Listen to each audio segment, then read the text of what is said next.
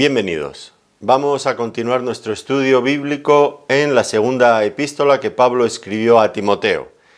Poco a poco hemos ido avanzando y en esta ocasión estamos en el capítulo 4, versículo 1. Si me quieren acompañar, podemos comenzar haciendo aquí una lectura en este texto para luego tener algunas consideraciones. Dice, por lo tanto, la palabra del Señor, segunda de Timoteo, capítulo 4, versículo 1.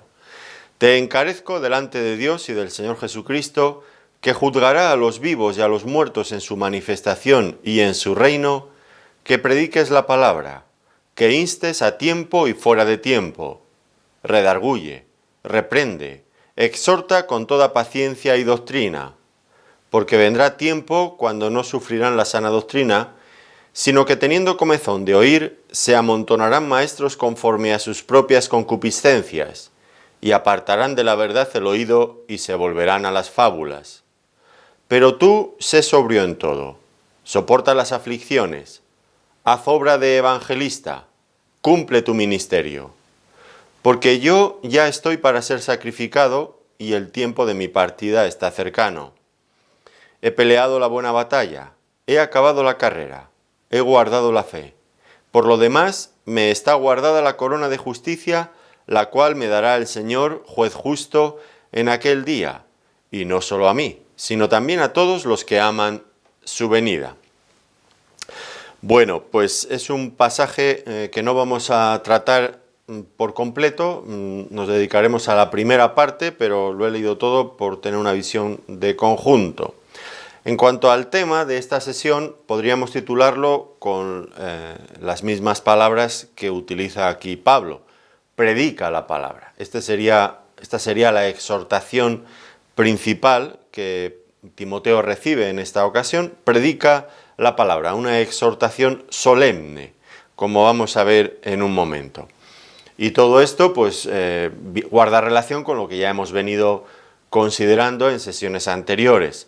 Pablo veía que la apostasía iba en aumento dentro de la propia iglesia y él mismo tenía que abandonar este mundo porque el Señor ya le estaba llamando. Aquí vemos que él tiene ya una conciencia muy clara de que el Señor lo está llamando ya a su hogar celestial, que se va, y pues él quiere entregar ya el relevo a Timoteo para que él de una manera oficial se encargue de continuar con la labor que Pablo había comenzado.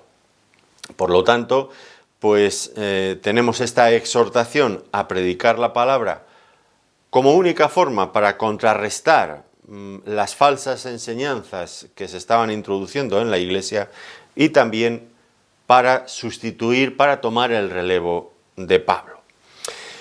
En esta ocasión, con la ayuda del Señor, vamos a pensar en la primera de estas dos cosas, la exhortación a predicar la palabra frente a las falsas doctrinas.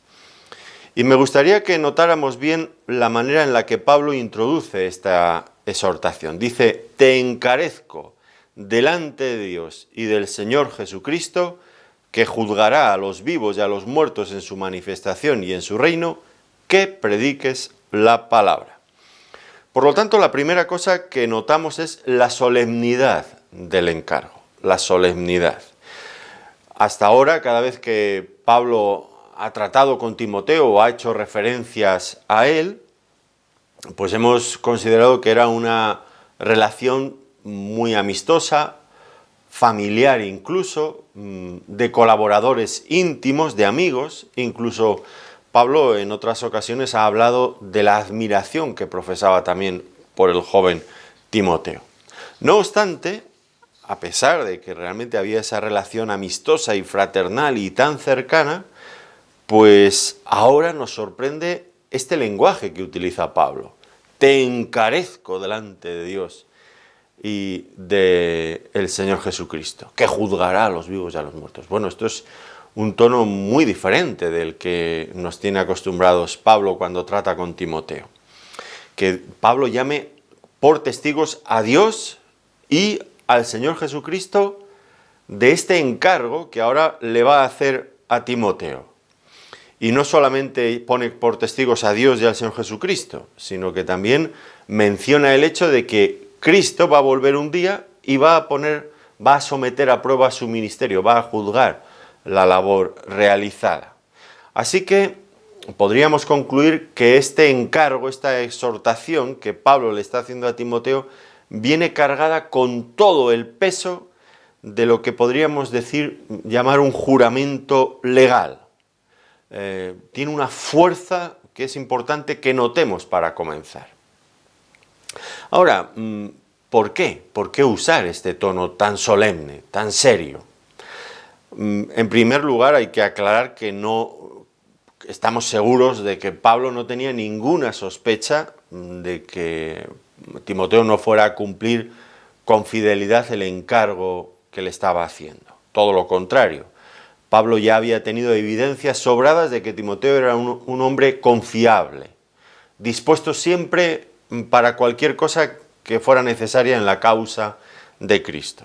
Fíjense, por ejemplo, un pasaje que a mí siempre me ha llamado mucho la atención, ¿no? En Filipenses, en el capítulo 2, los versículos 19 al 23, la forma en la que se refiere a Timoteo.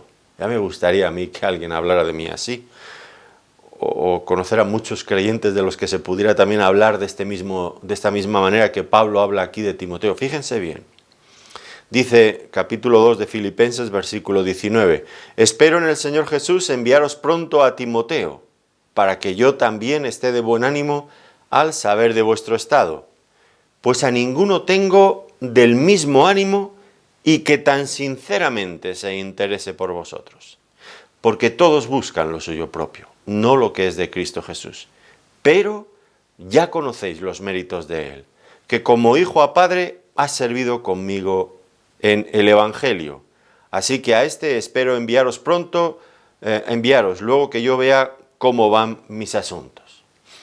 Fíjense cómo hablaba Pablo de Timoteo. A nadie, a ninguno tengo, y mire que Pablo tenía un buen número de colaboradores estrechos, hombres fieles, de esos como los valientes de David, que podrías contar con ellos para lo que hiciera falta. Pero como también David, en el tiempo de David había los tres principales, y luego había otros valientes, y luego había un jefe de los tres. Bueno, pues Timoteo podríamos decir que era este hombre señalado, este hombre de una valía extraordinaria. A ninguno tengo como el que tan sinceramente se interese por vosotros, que todos buscan lo suyo propio, no lo que es de Cristo Jesús, pero él es diferente.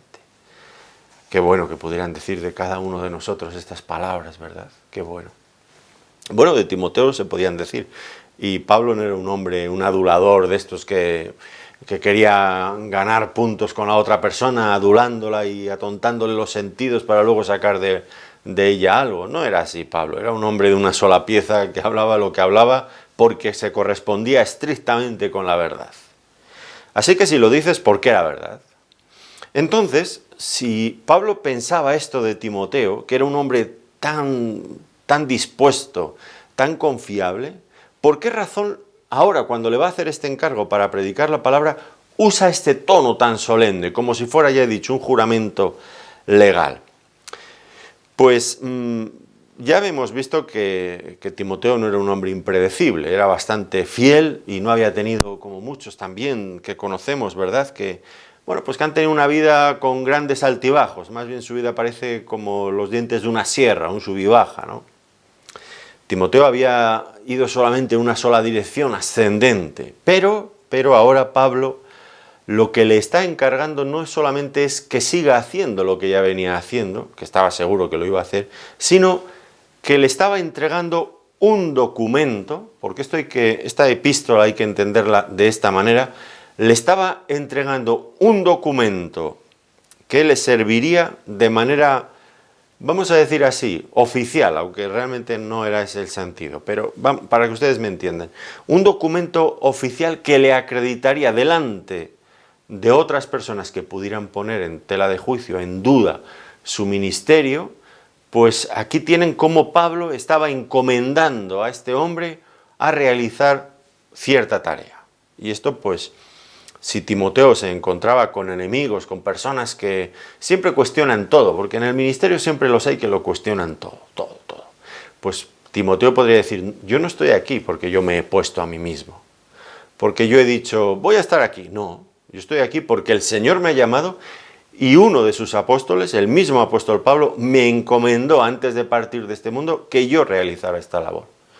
No soy un hombre que estoy escalando posiciones por mí mismo, que soy un trepa, aquí les llamamos trepa, a estos trepadores en las empresas que siempre están buscando cómo ascender.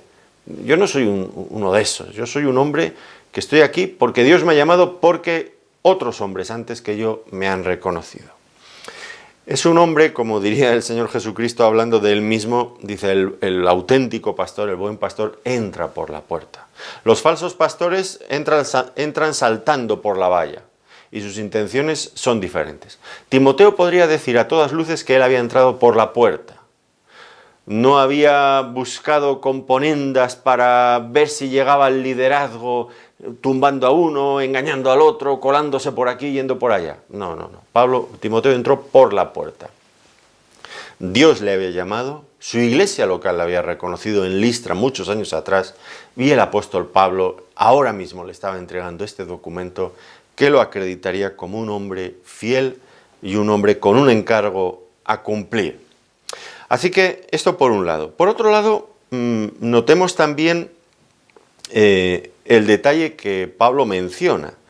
Dice que habla de Cristo, presenta a Cristo, que volverá para reinar y volverá para juzgar a los vivos y a los muertos en su manifestación y en su reino. Ahora entonces, esto es importante que mencione este hecho, que mencione no solamente el encargo de esta forma solemne, te encargo que prediques la palabra, sino le recuerda además que Cristo un día va a volver a juzgar a los vivos y a los muertos, es decir, a los creyentes y a los que no lo son. ¿Y por qué Pablo menciona este asunto aquí, en esta ocasión? Pues les voy a sugerir tres posibles razones, seguramente hay más, pero ustedes pueden pensar en estas al menos. En primer lugar, cada ministro significa simplemente servidor, aunque hoy en día pues el tema nos gusta la jerga cristiana, convertimos cada palabra en un mundo, bueno, con una importancia, pero un ministro era un servidor, no era más que eso. Pues cualquier persona que dentro del ámbito de la iglesia local, cualquier creyente que lleve a cabo un servicio, debemos de ser conscientes, yo ahora estoy aquí predicando la palabra de Dios, yo tengo que ser consciente de que estoy, como dice aquí, delante de Dios y del Señor Jesucristo. Y no solamente eso, sino que en un día futuro Él va a juzgar, a valorar mi ministerio, mi servicio, ya sea de predicación o de otras muchas cosas que puedo hacer en esta vida. Dios va a juzgarlo, lo va a recompensar, o serán obras que se quemarán porque no valían para nada, como paja, heno, hojarasca que describe Pablo cuando les escribe a los Corintios. Ser conscientes de que estamos sirviendo al Señor en la presencia del Señor, que el Señor siempre nos ve, esto cambia mucho las cosas. Desde luego es una seria advertencia para aquellos que no son fieles al Señor, pero al mismo tiempo es un fuerte estímulo para aquellos que quieren agradar al Señor, que no hacen las cosas de una forma negligente, descuidada, sino que lo hacen, procuran hacerlo con excelencia, dando lo mejor de lo que tienen para el Señor. Pues evidentemente saber que el Señor nos está mirando y que un día va a venir a valorar todo esto, pues es un ánimo o una advertencia. Depende de cuál sea nuestra actitud frente al servicio que realizamos. Y también no olvidemos que este hecho implica otra cosa, y es que nuestro servicio no es hecho para ser valorado por la iglesia local, sino por el Señor. Quien tiene la última palabra es el Señor. El apóstol Pablo, que fue duramente criticado en muchas ocasiones, una de ellas una iglesia que le traía, en fin, que le trataron realmente muy mal después de todo lo que Pablo había hecho por ellos. Me refiero a la iglesia en Corinto. La iglesia en Corinto se tomaba unas libertades, juzgar al apóstol Pablo y menospreciarlo como le menospreciaban. Y aceptar críticas que venían de otras partes sobre el apóstol y ellos se las tragaban todas, incluso a veces se las soltaban después a Pablo. Pablo lo que sufrió allí, en aquella iglesia. Y en un momento, en 1 Corintios capítulo 4, les dice, a mí no me preocupa que vosotros me juzguéis, porque ni siquiera yo me juzgo a mí mismo, el que me juzga es el Señor. Esto es una verdad importante. El predicador o cualquier, aquí digo predicador porque está hablando Pablo de la exhortación consiste en que prediques la palabra, pero en el ámbito del servicio cristiano, cualquier ministerio debe de ser considerado de esta manera en que estamos viendo aquí. Al fin y al cabo, el predicador o cualquier otro servidor en la iglesia debe de ser consciente de que tiene que dar cuentas al Señor, no a ningún otro ser humano, sino al Señor. Al Señor. Eso implica que no debemos estar pendientes del aplauso o de la desaprobación de las personas. Eso, al fin y al cabo, es secundario. Siempre habrá personas que les guste y siempre habrá personas que lo critiquen y que les disguste. Personas que aplaudan y personas que nos abucheen. En fin, siempre va a ser esto así. Pero al fin y al cabo, nosotros como predicadores de la palabra no podemos estar pendientes de eso. De lo que debemos de estar pendientes, lo que realmente nos debe de preocupar es si al Señor le agrada la forma en la que nosotros hacemos las cosas. No olviden que contar con el aplauso humano no significa necesariamente que eso automáticamente implique el beneplácito de Dios, que Dios ya lo vea bien lo que nosotros hacemos. Ni mucho menos. Muchas veces me temo que los más aplaudidos por los hombres no siempre van a ser los más aplaudidos, los más reconocidos por el Señor. Así que Pablo le dice, mira, es delante del Señor, delante de Dios y del Señor Jesucristo, ante quien tienes que desarrollar este ministerio que te estoy encargando. Hazlo con excelencia, un día tendrás que dar cuentas al Señor. En segundo lugar, creo que recuerda esto, porque es muy importante que todos nosotros que servimos al Señor de una o de otra manera, siempre estemos pensando en el retorno de Cristo, en la segunda venida de Cristo, como le dice Pablo aquí a Timoteo, delante del Señor Jesucristo que juzgará a los vivos y a los muertos en su manifestación. Su manifestación se refiere a su aparición en gloria, a su momento cuando Él vuelva a establecer su reino aquí y a juzgar. ¿Por qué es importante para el creyente fiel que quiere servir al Señor estar pensando en la segunda venida del Señor en estos términos? Bueno, porque servir al Señor en el área que sea, no importa cuál, todo servicio al Señor implica automáticamente entrar en una auténtica lucha espiritual. Es muy, muy dura, muy dura. Y el predicador probablemente pues será de los más atacados, porque el diablo siempre va a intentar mandar sus misiles a la misma línea de flotación del barco.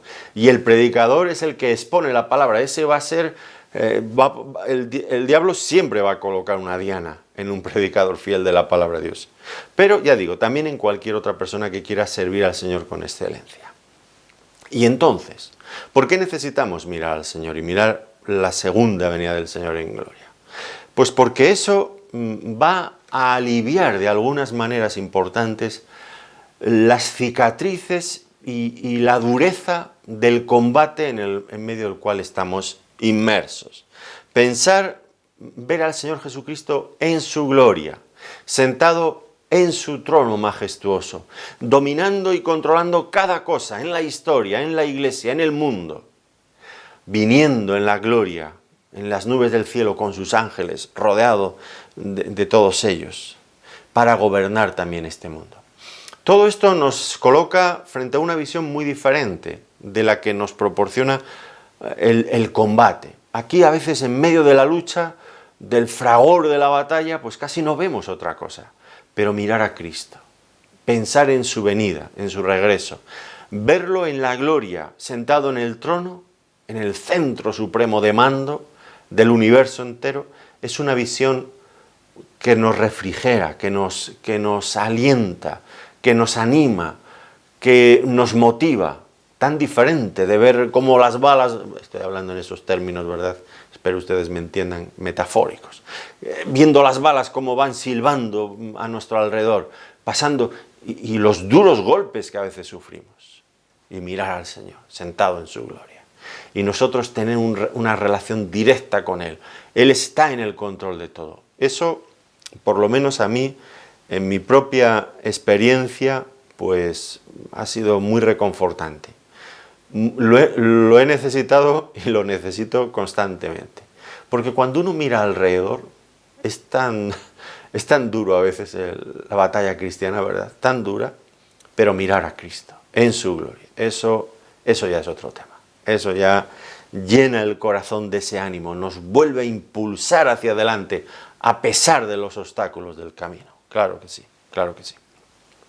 Y en tercer lugar, creo que la referencia a la presencia del Señor y al retorno del Señor tiene que ver con una tercera cuestión, y es que llegará un momento que las oportunidades se acabarán. Tenemos oportunidades para servir al Señor ahora, pero no sabemos luego, no sabemos mañana. Yo no sé siquiera si voy a terminar esta predicación antes de que venga el Señor, yo no lo sé. Puede que sí, puede que no. Bueno, pues sería estupendo no tener que acabarla, si fuera por esa razón, porque el Señor viene y nos lleva con Él en su gloria. Pues sería estupendo. Pero en todo caso, quiere decirse que las oportunidades se acaban, se acaban. Y esto hay que pensarlo, hay que pensarlo. Hay personas que siempre lo posponen todo. Ya lo haré mañana, ya lo haré mañana. El camino del mañana, decía mi abuelita, llega a la ciudad del nunca. Mañana lo haré, nunca llegaré a hacerlo. Mañana. Bueno, hay oportunidades que se pasan. Hay creyentes, a mí a veces me entristecen profundamente. Ya lo haré cuando me venga bien, cuando me nazca del corazón, cuando, no sé, lo del servicio al Señor lo consideran siempre como algo accesorio. Cuando me nazca del corazón. Y yo les pregunto, bueno hermano, ¿y usted? Por la mañana, cuando usted se levanta y dice, va usted, cuando piensa en ir a trabajar, dice, bueno, voy a ver si me nace del corazón ir a trabajar o no ir a trabajar. No piensa usted así, ¿verdad? Claro que no. Sabe que debe de ir, ha sonado el despertador, usted se levanta, se da una ducha, se afeita o lo que sea y se va a su trabajo. Y allí entra y está a las horas reglamentarias y punto y final, no se discute más. Pero, porque es que nos pagan. Pero cuando se trata de servir al Señor, pues si me nace del corazón, cuando me venga bien, cuando me sienta con ánimos, cuando... Y hay creyentes que aún sigo yo esperando a que les nazca del corazón. Pues las oportunidades se acaban. Hay creyentes que piensan que siempre van a tener la oportunidad de hacer las cosas y las oportunidades se acaban. Luego a veces nos llegan, ¿verdad?, los problemas, pensamos, se ha muerto un compañero de nuestro trabajo, o un amigo, alguien cercano, y nunca le prediqué el Evangelio. Nunca le prediqué el Evangelio. Siempre esperé a otro momento. Y las oportunidades se han acabado bien porque esa persona se la ha llevado el Señor, o bien porque se me ha llevado a mí. Y ya las oportunidades se han acabado. Y Pablo le dice, mira, esto dura en tanto que el Señor no viene, pero si viene ya se acaba. Pone fin a nuestro ministerio. Aprovecha bien el tiempo, aprovecha bien las oportunidades. Bueno, pues el solemne encargo que Pablo le hace a Timoteo. Y ahora ya sí que entramos en el meollo, en la cuestión en sí. ¿Cuál era el contenido de este encargo? Bueno, ya lo hemos mencionado, ¿verdad? Que prediques la palabra. ¿Qué incluye esto? Pues si recuerdan en nuestra sesión anterior, toda la escritura inspirada por Dios, que consiste no solo en el Antiguo Testamento, sino también en el Nuevo Testamento, en la palabra revelada por medio de los apóstoles de nuestro Señor Jesucristo. Así que eso es lo que Timoteo tenía que predicar, la palabra. Ahora, en cuanto al término predicar, es interesante. El predicador, esta palabra viene del mundo antiguo, no es como otras muchas, no la hemos inventado los creyentes, los cristianos. Esto ya estaba en el mundo. Simplemente que se usó en el cristianismo con ciertos matices, con otras características. que son interesantes recordar. Primero, verlo en su sentido original, luego ver cómo se ha adaptado en el cristianismo. En principio, en el mundo antiguo, el término predicar pues era la labor que el heraldo, aquel que iba antes del rey, del emperador, pues ese heraldo proclamaba de manera oficial y solemne pues un mensaje de parte del emperador. Eso era un predicador, aquel que revestido de la autoridad del emperador transmitía en su nombre un mensaje al pueblo. Y ahora eso sigue siendo así, pero cambiándolo. Ya no venimos aquí a anunciar un mensaje del emperador romano. Nosotros ahora venimos a traer un mensaje del mismo Dios de los cielos, de nuestro glorioso Señor Jesucristo. Y ese mensaje ha sido recogido en su palabra, en la Santa Biblia, y eso es lo que nosotros tenemos que proclamar al mundo. Proclamarlo de una forma adecuada, con la máxima fidelidad, sin alterar, sin falsificar, sin inventar el mensaje, sin restar al mensaje, sin énfasis allí donde no tiene énfasis, enseñando todo el mensaje, todo el consejo de Dios, como diría Pablo también en otra ocasión. Eso es nuestra labor, predicar. Y aquí noten algo también importante, y es que la predicación de la palabra es el método establecido por Dios para comunicar la verdad, para comunicar su verdad. La predicación es el método elegido por Dios para comunicar su verdad. ¿Y por qué digo esto? Bueno, pues porque los predicadores hoy somos como una especie de en vías de extinción, casi como esos dinosaurios desaparecidos, esas grandes bestias de las que nos habla a veces Génesis, que ya no están. Somos una especie casi en vías de extinción o ya desaparecida, los predicadores. Oiga, ya no queremos predicadores. Ahora queremos otras fórmulas. Mire, ¿por qué no hacemos un debate? Vamos a debatir. Ahora que venga un predicador cristiano, un evangélico, un católico, un judío, un ortodoxo, que venga un musulmán, que venga un ateo, un gnóstico, y que cada uno dé su punto de vista. Y nosotros vamos a escuchar con atención lo que dice cada uno de ellos. Pero esos monólogos de los predicadores que se ponen detrás de un púlpito en la plataforma y hablan. No, hombre, eso ya no, eso ya es anticuado. Eso está pasado de moda. Ahora queremos algo más entretenido, más diverso, no monólogos, sino que cada uno dé su punto de vista, que todos hablen, que todos participen, que todos digan algo. Luego ya sacaremos las conclusiones que queramos después de haberlo escuchado todo. Pero, vuelvo a insistir, la predicación, eso que tanto desagrada a algunos, es el método escogido por Dios para comunicar la palabra revelada. Y Pablo le dice a Timoteo que prediques la palabra. Que prediques la palabra. Y es una responsabilidad realmente que asusta, mucho, asusta. Yo cuando era joven empecé a predicar muy jovencito, no sé si yo tendría la primera vez que prediqué, ¿qué les voy a decir? 17 años que prediqué en una iglesia local. Pues bueno, cuando uno tiene 17 años el pastor dice, bueno Luis, esta tarde vas a predicar tú en este culto de oración 20-25 minutos. Aún me acuerdo del sermón que di. Me he olvidado de muchos otros, pero de eso me acuerdo, creo que casi de todo.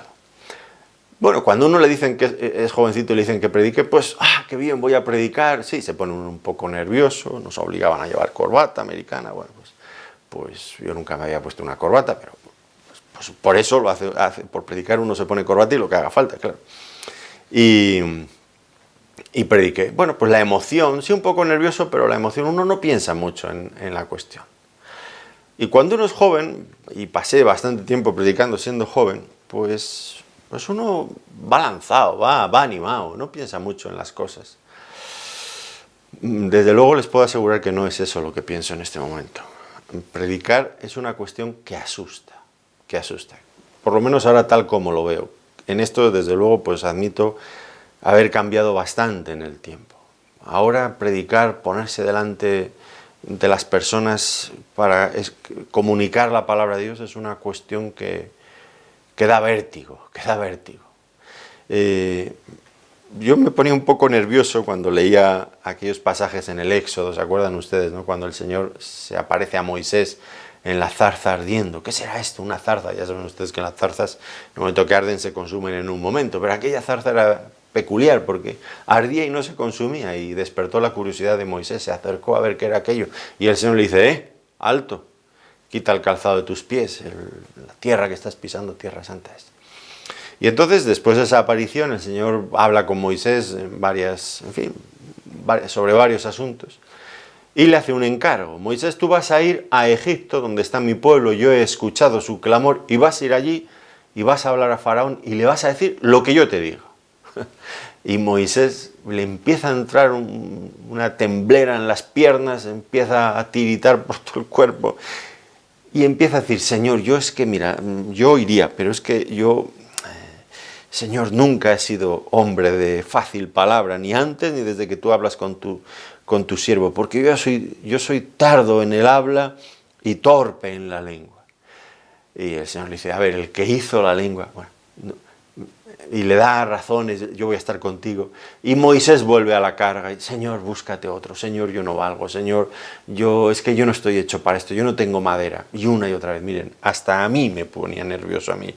Este Moisés. Pero bueno, Moisés, ¿pero cuándo te vas a decidir de una vez? Si Dios te ha dicho que vayas, pues ves, el Señor te va a dar todo lo que necesites, ves. Yo me ponía un poco nervioso con Moisés, me impacientaba. Ahora, más de una vez me he visto en la misma tesitura que Moisés. Señor, y no sería mejor que enviaras a otro. Señor, es que yo me siento tan inútil tener que hablar de estas cosas. Señor, yo es que no soy la persona... Es difícil, ¿eh? Cuando uno se da cuenta de la seriedad que tiene comunicar la palabra revelada de Dios a los hombres. Yo ya se lo he explicado otras veces, tengo siempre esa misma sensación. La palabra con la que yo describiría mi ministerio esto que yo hago es que yo soy un cauce inadecuado. Esta es la palabra, inadecuado. Las verdades de Dios son demasiado gloriosas. Las personas necesitan escuchar ese mensaje glorioso, y creo que el cauce, el filtro por el que pasa, que en este caso soy yo, pues soy inadecuado. Hay una incoherencia entre lo glorioso del mensaje y la pobreza del predicador, del cauce por el que fluyen estas verdades. Y me asustan. Moisés, claro que lo entendió bien. A los que no les asusta predicar, como a mí cuando era joven, pues es porque no han entendido bien el asunto, no lo han entendido bien. Pero cuando uno entiende bien eso, ¿o qué les voy a decir de Jeremías? Si es que les ocurre lo mismo a todos los profetas. Jeremías, en el capítulo 1, versículo 6, que le dice, y yo dije, Señor Jehová, he aquí, no sé hablar porque soy niño. Pues claro, cualquiera que piense en la seriedad de ser portavoz del eterno Dios, transmisor de la palabra de Dios, pues es algo que te conmueve por dentro, que te hace estremecer. Ahora, al final Dios llama, y aunque podemos decir, Señor, no soy digno, y no lo somos ninguno,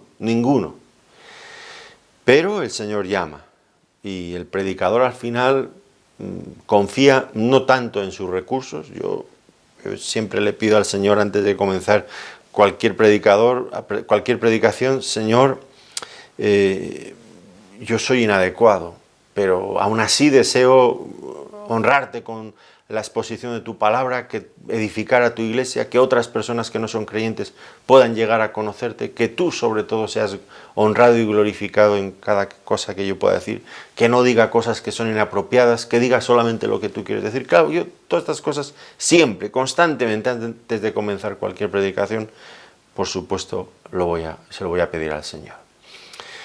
Pero le voy a pedir más cosas, siempre le pido más cosas. Al empezar y al terminar, Señor, una vez que yo lo haya hecho, necesito que tú dirijas cada cosa que yo diga durante la predicación, y que después de la predicación seas capaz, y lo eres por supuesto, por medio de tu Espíritu Santo, de dar vida a esas pobres palabras que yo pueda transmitir. Porque esto es la clave, no se puede confiar en nosotros mismos.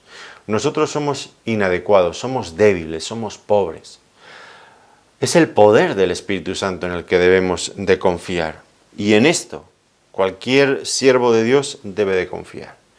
Aquel que se coloque detrás de un púlpito pensando en su capacidad de oratoria, de convicción, en lo bien que habla, en cómo gesticula, en todas esas cosas, en los cursillos que le hayan dado de homilética y de, en fin, para hablar en público, habilidades sociales y otro sinfín de cosas, si confía en eso, pues desde luego ha perdido la esencia del poder. El poder está no en el predicador, sino en estas dos cosas, en la palabra que predicamos y en el Espíritu Santo que hace revivir la palabra una vez que es pronunciada, que convierte esas débiles palabras de los hombres en las palabras poderosas de Dios, que es lo que son finalmente, que hace que se vacíen del hombre que las ha transmitido para recobrar el poder del Dios de donde surgieron inicialmente.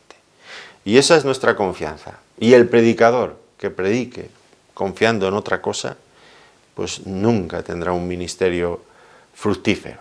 Y aún solamente en el poder de Dios y en la misericordia de Dios podemos hacer algo que pueda tener alguna utilidad para el reino de Dios.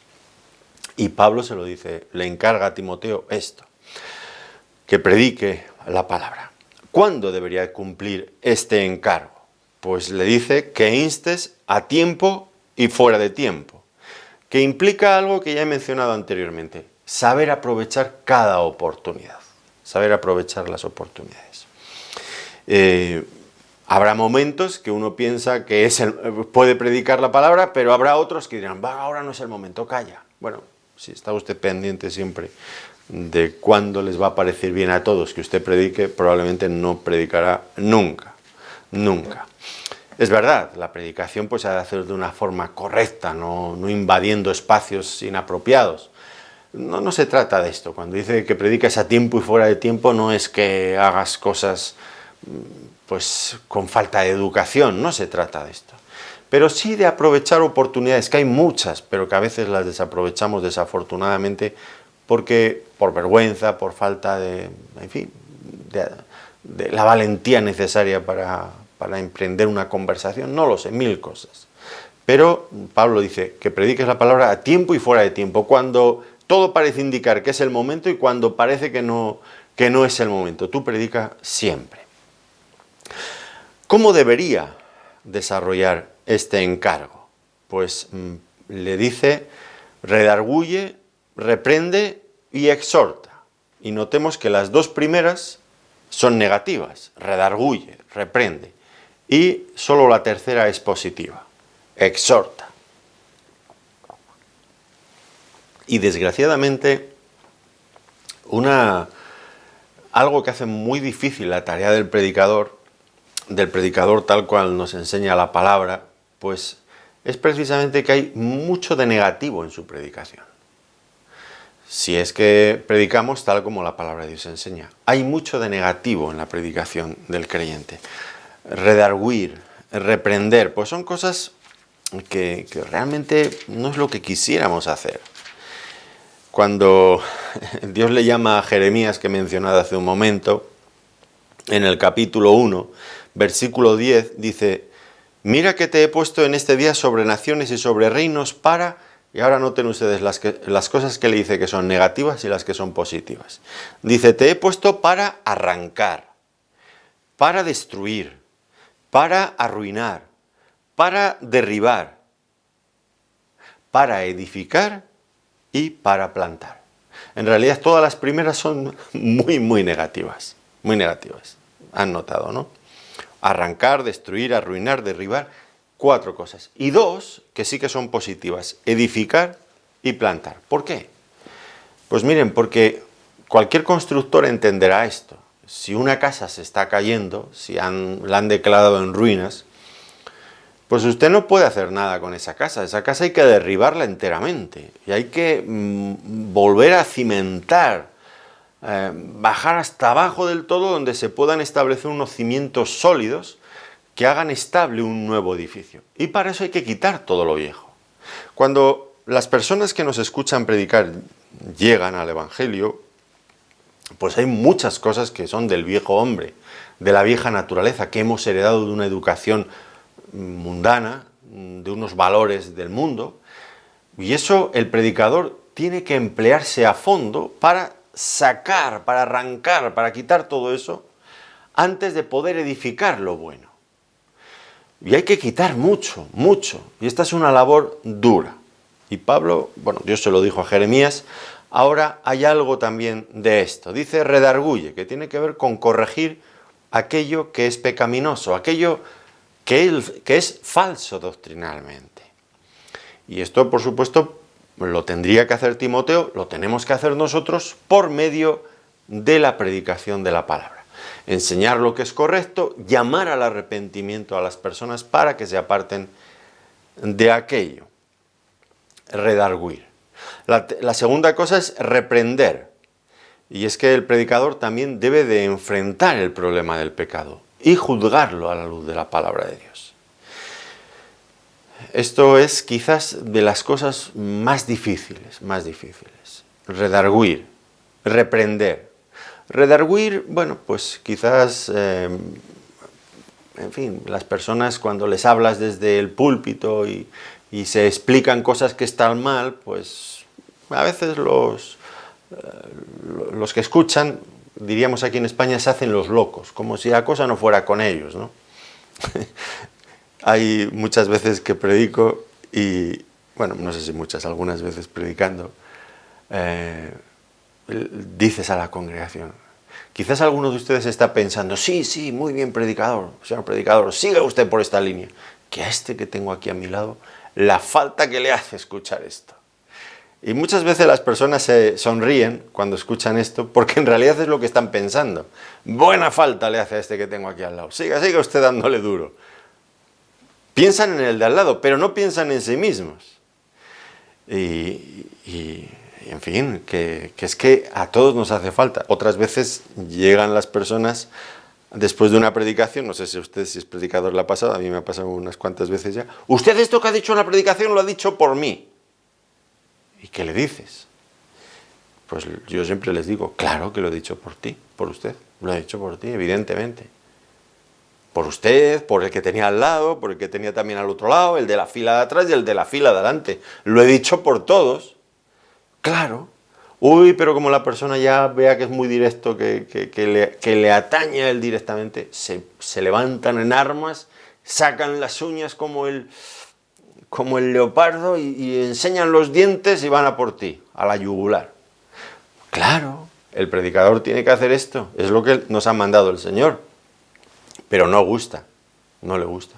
No le gusta tampoco al predicador, porque el predicador, pues, cuando predica la palabra está adquiriendo compromisos con lo que predica, y él mismo tiene que examinarse a la luz de lo que está predicando.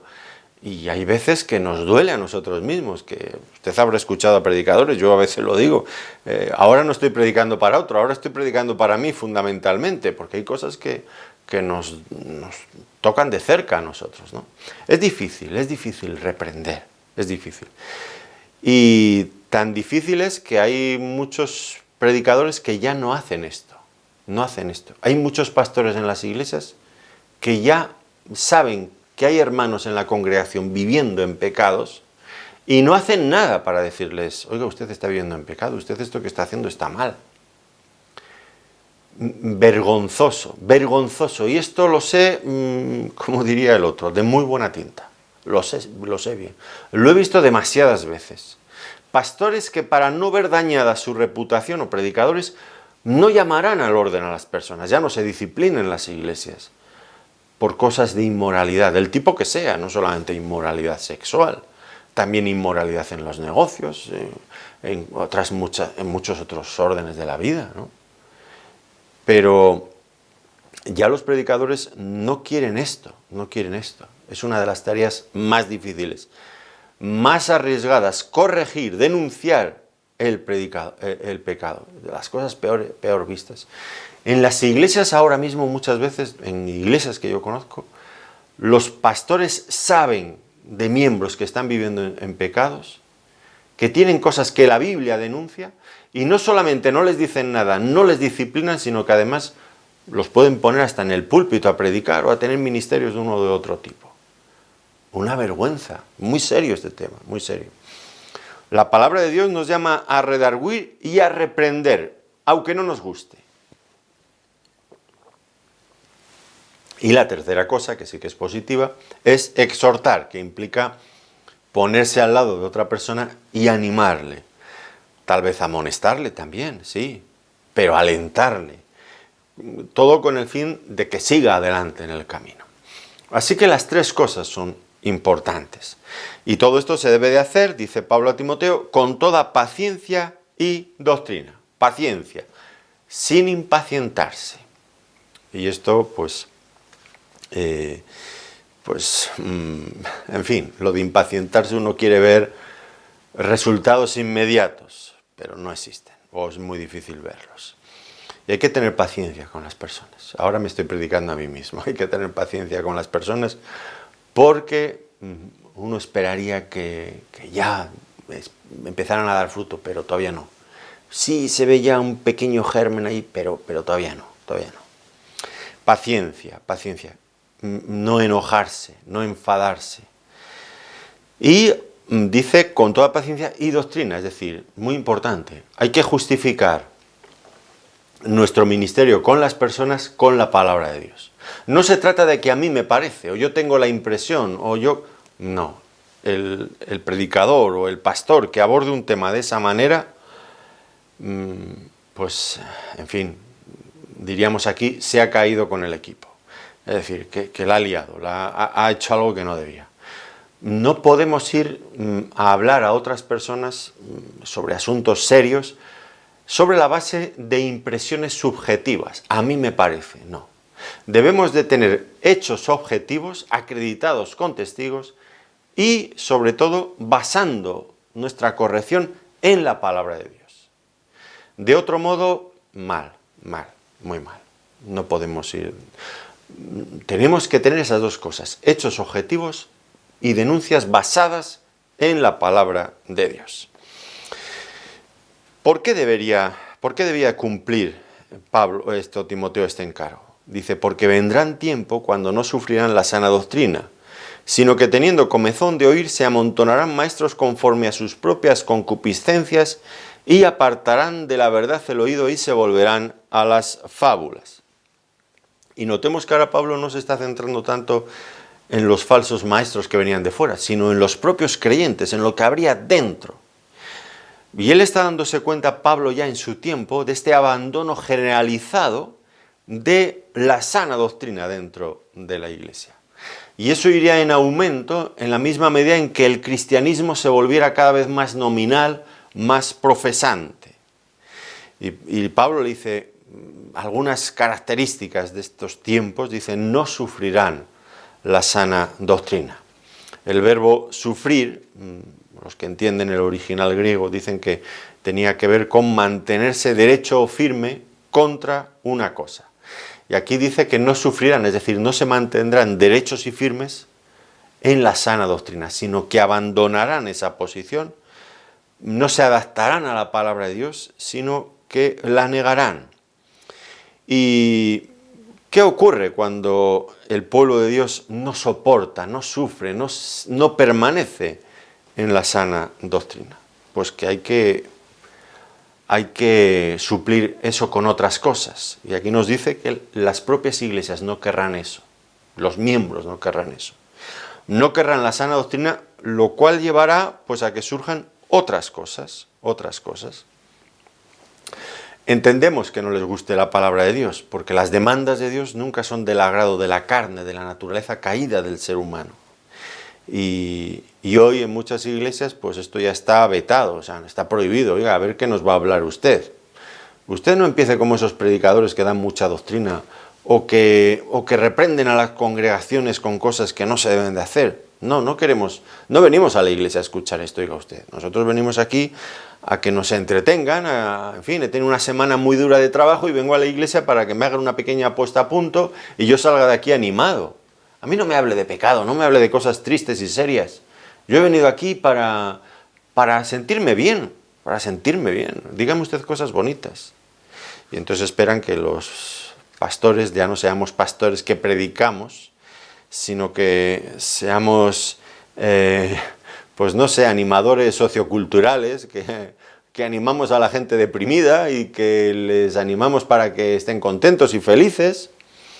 Y entonces, pues desde luego, pues casi que esperan de nosotros que nos convirtamos en actores, que seamos ocurrentes, que tengamos un discurso alegre y divertido, que la gente salga de allí a tener un tiempo de relax que le ha hecho sentirse bien. No nos cuenten ustedes cosas feas y negras de la vida, del pecado. No queremos oír hablar de todo esto. Dice que teniendo comezón de oír, y es este deseo insaciable por escuchar algo nuevo, algo diferente, algo sensacional. No queremos lo de siempre. Sorpréndanos usted. Y ahora el predicador ya no puede ir a lo de siempre, que es la palabra de Dios, sino que ahora tiene que empezar con interpretaciones muy novedosas de cosas que, en fin, que estaban ahí pero que nadie había visto, y ellos son los primeros en verlo, porque ahora se premia la originalidad. Y esto es lo que la gente quiere. Ya el mensaje de siempre, de la salvación, de las doctrinas que conocemos, no, eso ya no. Háblenos usted de cosas nuevas. Las iglesias se convertirán como el Areópago. ¿Recuerdan ustedes los griegos en Atenas? De ninguna otra cosa se interesan sino en decir y en oír algo nuevo. Pero una vez que habían jugado un poquito con eso que habían escuchado nuevo, pues ya otra vez lo abandonaban y querían no escuchar otra cosa más nueva. Y hay muchas iglesias, Pablo describe aquí este asunto, y hoy en día ocurre, muchas iglesias que parecen tener esa necesidad imperiosa de estar constantemente cambiándolo todo, porque interpretan que el cambio es un signo de modernidad y de ninguna manera se quieren quedar atrás como iglesias obsoletas, lo quieren cambiar todo. Miren, pueden tener una iglesia donde cambien todos los días el estilo del escenario, la iluminación, la puesta en escena de los coros, de las escenografías, las coreografías que hagan, que el cantante vista de no sé qué o aparezca de no sé qué otra manera, haga su entrada de tal, imitando los espectáculos del mundo, lo que usted quiera. Puede cambiar los asientos del lugar, puede cambiar, no sé, todo lo puede cambiar en la iglesia. El sermón. ¿Sabe lo que ocurrirá? Que eso pronto dejará insatisfecho a las personas. Sí, ese día dirán, ay, mira lo que han inventado, mira qué idea más ocurrente ha tenido el pastor hoy. Hoy nos han sorprendido con tal cual cosa. Bueno, pues los que adoran en el altar de la novedad, del esnovismo, pues se van a cansar pronto. Si hay algo que logra soportar el paso del tiempo, eso es la palabra de Dios. Eso es la palabra de Dios. Yo sigo leyendo pues a predicadores de hace mucho tiempo. Y es sorprendente la vida y la actualidad que personas que han podido escribir hace un siglo, 2 siglos, siguen teniendo. ¿Por qué? Porque lo que predicaban era la palabra de Dios. Y eso no caduca nunca. Pero cuidado con estas personas. Dice, se amontonarán maestros conforme a sus propias concupiscencias. ¿Y esto qué quiere decir? Pues que buscarán gente, las personas buscarán predicadores que se adapten a sus caprichos, a sus gustos pecaminosos, porque dice que conforme a sus propias concupiscencias. Personas que justifiquen sus pecados. Yo no sé si usted es pastor en una iglesia, no sé si alguna vez le ha pasado, a mí me ha pasado ya un montón de veces, que pues llega una persona que vive que tiene algún pecado o alguna cosa que hay que poner en orden, y con todo el amor y la delicadeza del mundo, usted le explica con la palabra de Dios el asunto, y directamente te dice, no, yo elijo a los pastores, yo me voy de esta iglesia porque a mí esto no me gusta. Y se van a otra iglesia. Y se van a otra iglesia y van examinando a los pastores, a ver si les van a aceptar lo que ellos hacen mal. Y si lo aceptan, se quedan, y si no, se buscan otra. Y siempre hay una iglesia donde vamos a llamarlo iglesia, donde van a aceptar cualquier cosa. Iglesias que parecen estar recogiendo a los descontentos de todas las demás iglesias, a los que se les ha reprendido aquí o allí, acaban siempre en iglesias permisivas completamente. Como alguien ha dicho, si el pueblo desea un becerro para adorar, no faltará alguien en el ministerio que rápidamente haga un becerro. Y así es. porque hay que darle, esa es la filosofía hoy día, hay que darle a la gente lo que quiere, si no se van de las iglesias y se van a otras.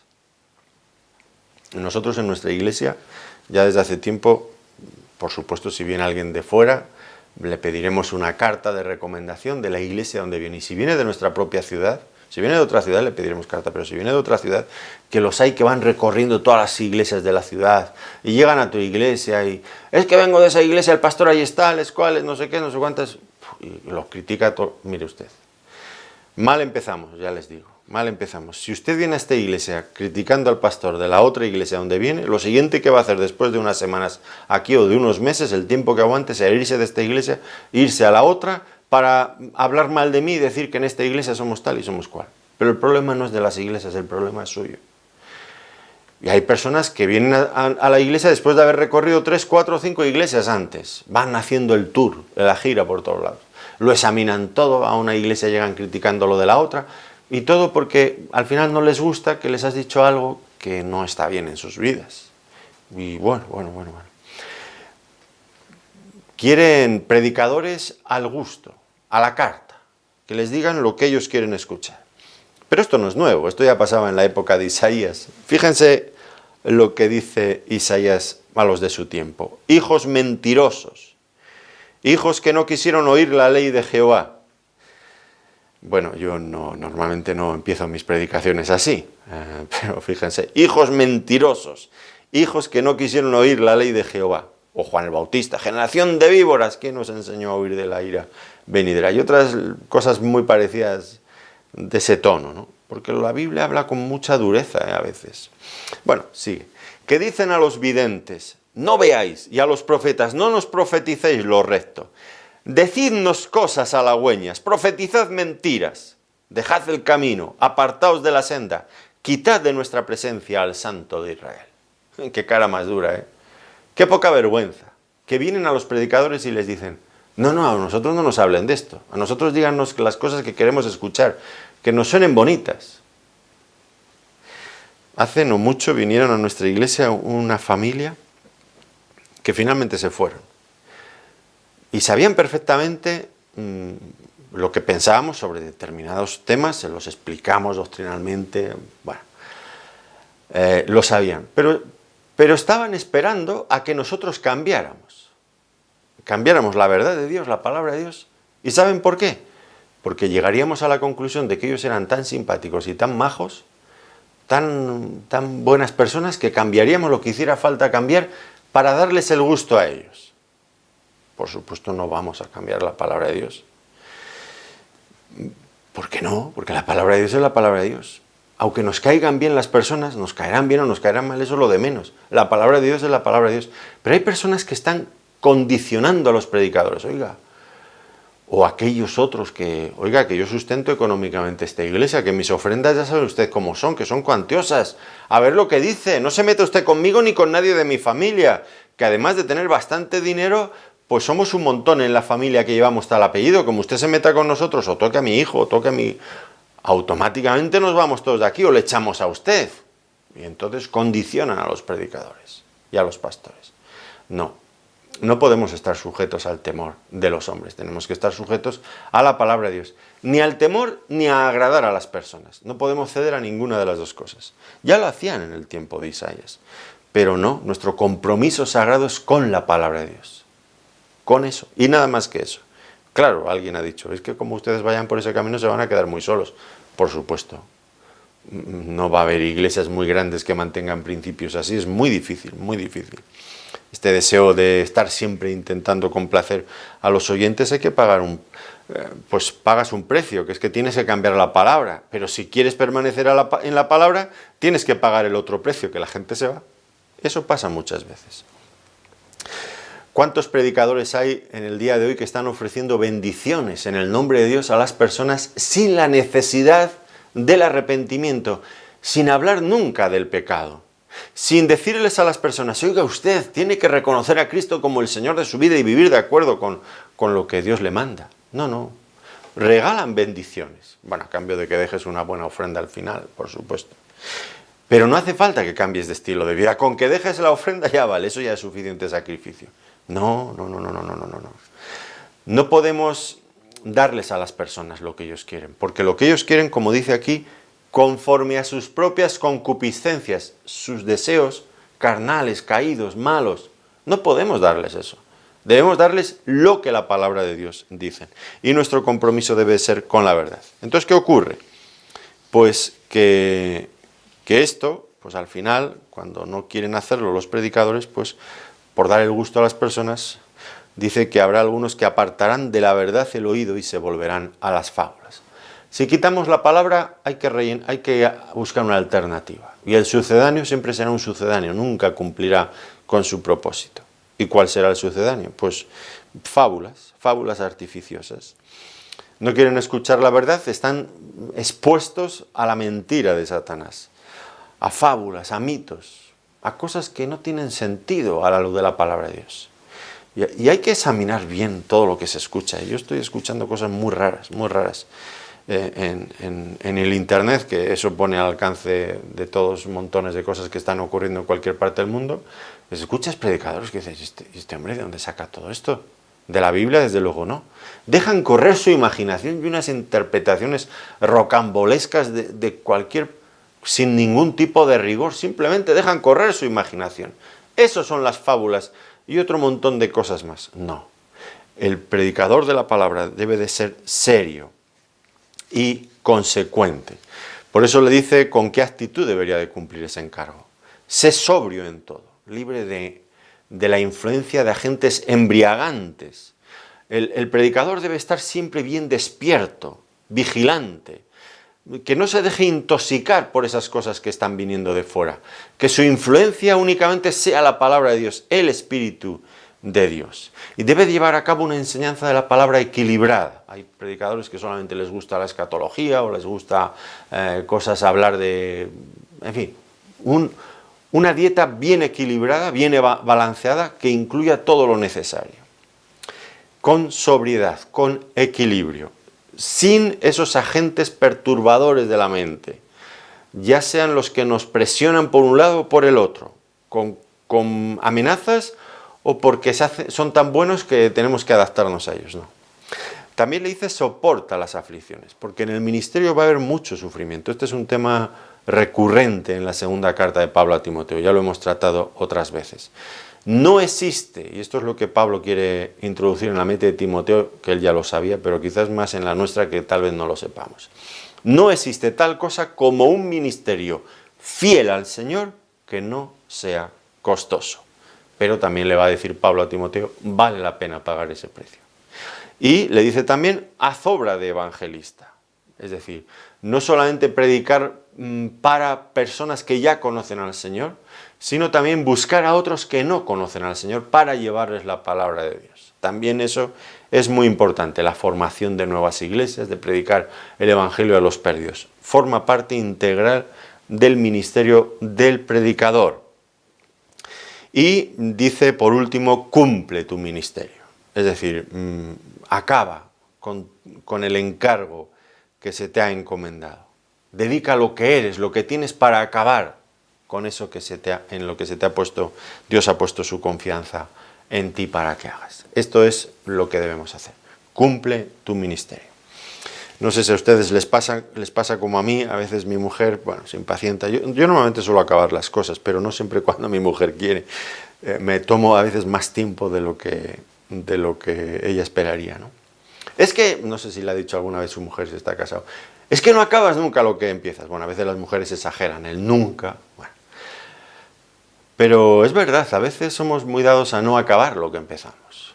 Hay que acabar. El Señor ha puesto en nosotros un don. Nos ha dado un ministerio.